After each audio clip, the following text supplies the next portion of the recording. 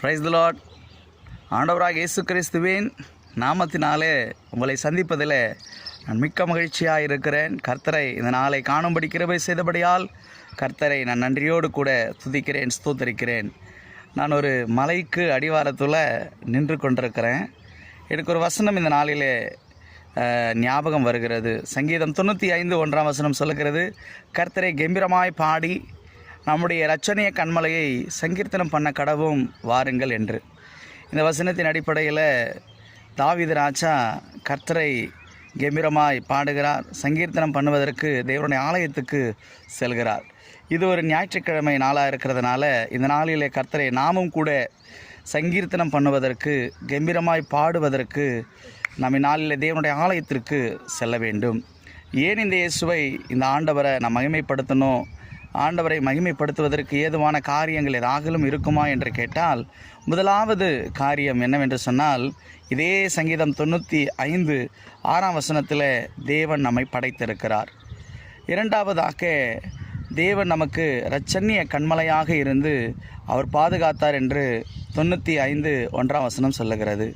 மூன்றாவதாக 95:7 நம்மை பராமரிக்கும் மேய்ப்பனாய் இருக்கிறார். இந்த 3 விஷயங்களை நாம் நினைவு கூர்ந்து இந்த நாளிலே கர்த்தரை மகிமைப்படுத்த வேண்டும். முதலாவதாக, ஆண்டவர் படைக்கும் விஷயத்தில் சற்று சிந்தித்து பாருங்கள், யோசித்து பாருங்கள்.